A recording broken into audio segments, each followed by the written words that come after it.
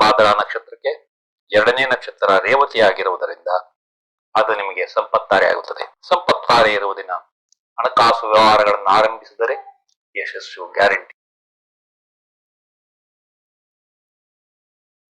ಆತ್ಮೀಯರೇ, ತಮಗೆಲ್ಲ astro secret by Shiva ಚಾನಲ್ಗೆ ಆತ್ಮೀಯ ಸ್ವಾಗತ. ಜ್ಯೋತಿಷ್ಯ ಎಂಬ ಅದ್ಭುತ ವಿಷಯದ ಬಗ್ಗೆ ಹಲವಾರು ವಿಡಿಯೋಗಳನ್ನ ತಮ್ಮ ಮುಂದೆ ನಾನು ತರಬಯಸುತ್ತಿದ್ದೇನೆ. ಶಿವಪ್ರಕಾಶ್ ಆದ ನಾನು ಕಳೆದ ಹಲವಾರು ವರ್ಷಗಳಿಂದ ಜ್ಯೋತಿಷ್ಯದಲ್ಲಿ ಕಲಿತ ವಿಷಯಗಳನ್ನ ತಮ್ಮ ಮುಂದೆ ಈ ವಿಡಿಯೋ ಸರಣಿಗಳ ಮೂಲಕ ತರುತ್ತಿದ್ದೇನೆ. ಆತ್ಮೀಯರೇ, ಈ ದಿನ ಉತ್ತರ ಭಾದ್ರ ನಕ್ಷತ್ರದ ಶುಭ ಮತ್ತು ಅಶುಭ ನಕ್ಷತ್ರಗಳ ಬಗ್ಗೆ ತಿಳಿದುಕೊಳ್ಳೋಣ. ಮೊದಲು ಉತ್ತರ ಭಾದ್ರ ನಕ್ಷತ್ರದ ಶುಭ ಮತ್ತು ಅಶುಭ ನಕ್ಷತ್ರಗಳ ಪಟ್ಟಿಯನ್ನ ತಾವು ಪರಿಶೀಲನೆ ಮಾಡಿ. ಈ ಪಟ್ಟಿಯಲ್ಲಿ ಜನ್ಮ ನಕ್ಷತ್ರದಿಂದ ಪರಮಮಿತ್ರ ತಾರೆಯವರೆಗೆ 27 ನಕ್ಷತ್ರಗಳನ್ನ ಹಂಚಿಕೆ ಮಾಡಿ ಪಟ್ಟಿ ಮಾಡಲಾಗಿದೆ. ಇದನ್ನು ತಾವು ಕೂಲಂಕುಷವಾಗಿ ಪರಿಶೀಲನೆ ಮಾಡಿ. ಯಾವುದೇ ಕಾರ್ಯಕ್ಕೂ ಮೊದಲು 1ನೇ ಗುಂಪಿನ ನಕ್ಷತ್ರಗಳ ಪಟ್ಟಿಯನ್ನ ಗಮನಿಸಿ, ನಂತರ 2ನೇ ಗುಂಪಿನ ಪಟ್ಟಿ ಹಾಗೂ ಕೊನೆಯದಾಗಿ 3ನೇ ಗುಂಪಿನ ಪಟ್ಟಿಯನ್ನು ತಾವು ಪರಿಗಣಿಸಬೇಕೆಂದು ನನ್ನ ನಮ್ರ ವಿನಂತಿ. ಉತ್ತರ ಭಾದ್ರ ನಕ್ಷತ್ರದ ಅಧಿಪತಿ ಶನಿಯಾಗಿರುತ್ತದೆ. ಅದೇ ರೀತಿ ಅನುರಾಧ ಮತ್ತು ಪುಷ್ಯ ಸಹ ಶನಿಯ ಅಧಿಪತ್ಯದಲ್ಲಿ ಬರುವುದರಿಂದ ಇವುಗಳನ್ನು ಸಹ ಜನ್ಮ ನಕ್ಷತ್ರಗಳೆಂದೇ ಪರಿಗಣಿಸಲಾಗುತ್ತದೆ. ನಿಮ್ಮ ಜನ್ಮ ನಕ್ಷತ್ರ ಉತ್ತರ ಭಾದ್ರಾಗಿ ಶನಿ ಅಧಿಪತಿಯಾಗಿರುವ ಕಾರಣ ಮತ್ತು ಶನಿ ಅಧಿಪತ್ಯದಲ್ಲಿರುವ 12 ನಕ್ಷತ್ರ ಅನುರಾಧ ಮತ್ತು ಪುಷ್ಯ ನಕ್ಷತ್ರ ಇರುವ ದಿನಗಳಲ್ಲಿ ಮನಸ್ಸು ಬಹಳ ಚಂಚಲವಾಗಿ ಮಿಶ್ರ ಫಲವನ್ನ ಸೂಚಿಸುವುದರಿಂದ ಆ ದಿನ ಶುಭ ಕಾರ್ಯಗಳನ್ನ ಮಾಡಬೇಡಿ. ಉತ್ತರ ಭಾದ್ರ ನಕ್ಷತ್ರಕ್ಕೆ 2ನೇ ನಕ್ಷತ್ರ ರೇವತಿ ಆಗಿರುವುದರಿಂದ ಅದು ನಿಮಗೆ ಸಂಪತ್ತಾರೆ ಆಗುತ್ತದೆ. ಅದೇ ರೀತಿ ಬುಧ ಅಧಿಪತಿಯಾಗಿರುವ 2ನೇ ಗುಂಪಿನ ಆಶ್ಲೇಷ ಮತ್ತು 3ನೇ ಗುಂಪಿನ ಜ್ಯೇಷ್ಠ ನಕ್ಷತ್ರ ಸಹ ಸಂಪತ್ತಾರೆ ಎಂದೇ ಪರಿಗಣಿಸಲಾಗುತ್ತದೆ. ಸಂಪತ್ತಾರೆ ಇರುವ ದಿನ ಹಣಕಾಸು ವ್ಯವಹಾರಗಳನ್ನು ಆರಂಭಿಸಿದರೆ ಯಶಸ್ಸು ಗ್ಯಾರಂಟಿ. ಆದ್ದರಿಂದ ಉತ್ತರ ಭಾದ್ರ ನಕ್ಷತ್ರದ ನೀವು ಬುಧ ಅಧಿಪತಿಯಾಗಿರುವ ಆಶ್ಲೇಷ, ಜ್ಯೇಷ್ಠ ಮತ್ತು ರೇವತಿ ನಕ್ಷತ್ರ ಇರುವ ದಿನಗಳಲ್ಲಿ ಶುಭ ಕಾರ್ಯಗಳನ್ನ ಮಾಡಿರಿ. ಉತ್ತರ ಭಾದ್ರ ನಕ್ಷತ್ರಕ್ಕೆ 3ನೇ ನಕ್ಷತ್ರ ಅಶ್ವಿನಿ ಆಗಿರುವುದರಿಂದ ಅದು ನಿಮಗೆ ವಿಪತ್ತಾರೆ ಆಗುತ್ತದೆ.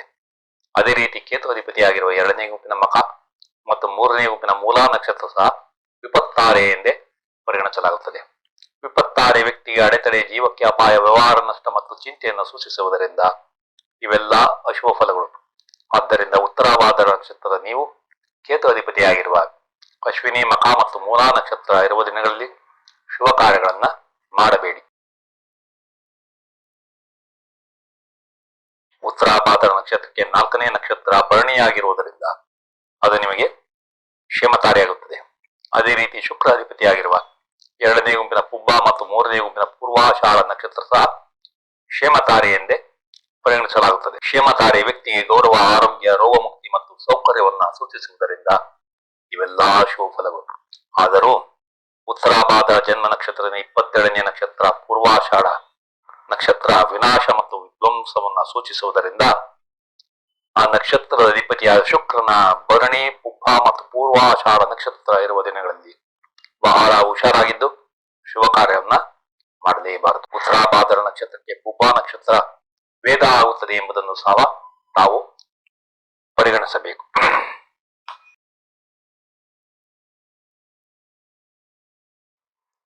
ಉತ್ತರ ಭಾದ್ರ ನಕ್ಷತ್ರಕ್ಕೆ 5ನೇ ನಕ್ಷತ್ರ ಕೃತಿಕಾ ಆಗಿರುವುದರಿಂದ ಅದು ನಿಮಗೆ ಪ್ರತ್ಯಕ್ತಾರೆ ಆಗಿರುತ್ತದೆ. ಅದೇ ರೀತಿ ರವಿ ಅಧಿಪತಿಯಾಗಿರುವ 2ನೇ ಗುಂಪಿನ ಕೃತಿಕಾ ಮತ್ತು 3ನೇ ಗುಂಪಿನ ಉತ್ತರಾಷಾಢ ನಕ್ಷತ್ರ ಸಹ ಪ್ರತ್ಯಕ್ತಾರೆ ಎಂದೇ ಪರಿಗಣಿಸಲಾಗುತ್ತದೆ. ಪ್ರತ್ಯಕ್ತಾರೆ ವ್ಯಕ್ತಿಗೆ ತೊಂದರೆ, ದುಃಖ, ಶತ್ರು, ಮಾನಸಿಕ ಗೊಂದಲ ಮತ್ತು ಕೆಲಸ ಕಾರ್ಯ ಮುಗಿಸಲು ಅಸಾಧ್ಯ ಎಂಬುದನ್ನು ಸೂಚಿಸುವುದರಿಂದ ಇವೆಲ್ಲ ಶುಭ ಫಲಗಳು. ಉತ್ತರ ಭಾದ್ರ ನಕ್ಷತ್ರ ನೀವು ರವಿ ಅಧಿಪತಿಯಾಗಿರುವ ಕೃತಿಕಾ, ಉತ್ತರ ಮತ್ತು ಉತ್ತರಾಷಾಢ ನಕ್ಷತ್ರ ಇರುವ ದಿನಗಳಲ್ಲಿ ಶುಭ ಕಾರ್ಯಗಳನ್ನ ಮಾಡಬೇಡಿ.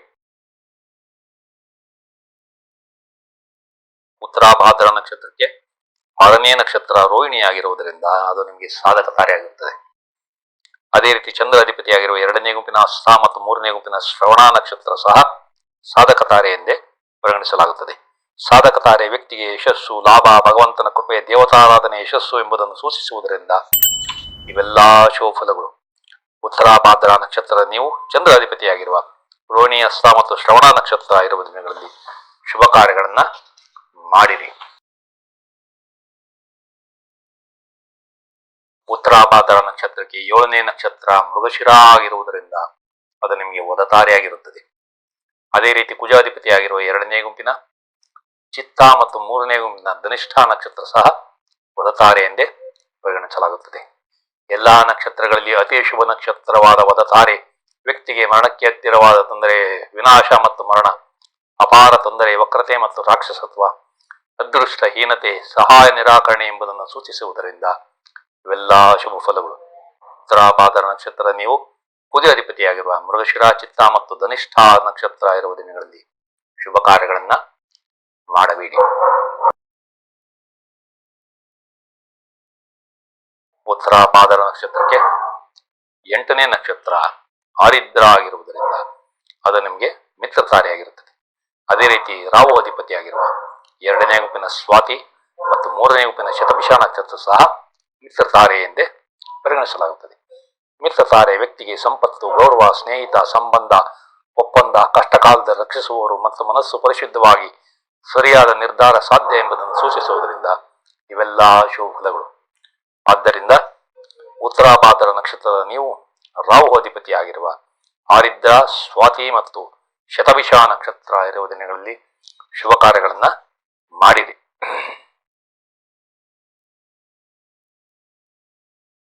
ಉತ್ತರಾಭಾದ್ರ ನಕ್ಷತ್ರಕ್ಕೆ 9ನೇ ನಕ್ಷತ್ರ ಪುನರ್ವಸು ಆಗಿರುವುದರಿಂದ ಅದು ನಿಮಗೆ ಪರಮ ಮಿತ್ರ ತಾರೆಯಾಗುತ್ತದೆ. ಅದೇ ರೀತಿ ಗುರು ಅಧಿಪತಿಯಾಗಿರುವ 2ನೇ ಗುಂಪಿನ ವಿಶಾಖ ಮತ್ತು 3ನೇ ಗುಂಪಿನ ಪೂರ್ವಾಭಾದ್ರ ನಕ್ಷತ್ರ ಸಹ ಪರಮಮಿತ್ರ ತಾರೆ ಎಂದೇ ಪರಿಗಣಿಸಲಾಗುತ್ತದೆ. ಪರಮಮಿತ್ರ ತಾರೆ ವ್ಯಕ್ತಿಗೆ ಘನತೆ, ಪ್ರತಿಷ್ಠೆ, ಸೌಖ್ಯ, ನೆಮ್ಮದಿ, ಆಧ್ಯಾತ್ಮಿಕ ಬಾಂಧವ್ಯ, ಹಿಂಬಾಲಕರು, ಸಮಾಜ ಮತ್ತು ಅತಿ ಮುಖ್ಯ ಮಿತ್ರರನ್ನ ಸೂಚಿಸುವುದರಿಂದ ಇವೆಲ್ಲಾ ಶುಭ ಫಲಗಳು. ಉತ್ತರಾಭಾದ್ರ ನಕ್ಷತ್ರ ನೀವು ಗುರು ಅಧಿಪತಿಯಾಗಿರುವ ಪುನರ್ವಸು, ವಿಶಾಖ ಮತ್ತು ಪೂರ್ವಾಭಾದ್ರ ನಕ್ಷತ್ರ ಇರುವ ದಿನಗಳಲ್ಲಿ ಶುಭ ಕಾರ್ಯಗಳನ್ನ ಮಾಡಿರಿ. ಆತ್ಮೀಯರೇ, ಈ ಎಲ್ಲಾ ವಿವರಗಳು ತಮಗೆ ಇಷ್ಟವಾದರೆ ಉತ್ತರಾಭಾದ್ರ ನಕ್ಷತ್ರದ ನೀವು ಈ ಪಟ್ಟಿಯನ್ನ ಒಂದೆಡೆ ಬರೆದಿಟ್ಟುಕೊಳ್ಳಿ. ಈ 27 ನಕ್ಷತ್ರಗಳ ವಿಡಿಯೋಗಳು ಮುಗಿದ ನಂತರ ಕೊನೆಯದಾಗಿ ಒಂದು ವಿಡಿಯೋದಲ್ಲಿ ಈ ಪಟ್ಟಿಯನ್ನು ತಾವು ಯಾವ ರೀತಿ ಉಪಯೋಗಿಸಿಕೊಳ್ಳಬೇಕು ಎಂಬುದರ ಬಗ್ಗೆ ತಿಳಿಸಿಕೊಡುತ್ತೇನೆ. ಇದು ನಿಮ್ಮ ಯಶಸ್ಸಿಗೆ ಒಂದು ಉಪಯೋಗವಾಗುತ್ತದೆ. ಆತ್ಮೀಯರೇ, ಎಲ್ಲಾ ವಿವರಗಳು ತಮಗೆ ಇಷ್ಟವಾದರೆ ಈ ಚಾನಲ್ನ ತಮ್ಮ ಬಂಧು ಮಿತ್ರರಿಗೆಲ್ಲ ಶೇರ್ ಮಾಡಿ. ಅವರು ಸಹ ಈ ಚಾನಲ್ಗೆ ಸಬ್ಸ್ಕ್ರೈಬ್ ಆಗಿ ಪ್ರೋತ್ಸಾಹ ಮಾಡಬೇಕೆಂದು ತಮ್ಮಲ್ಲಿ ಕೋರುತ್ತಿದ್ದೇನೆ. ವಂದನೆಗಳು.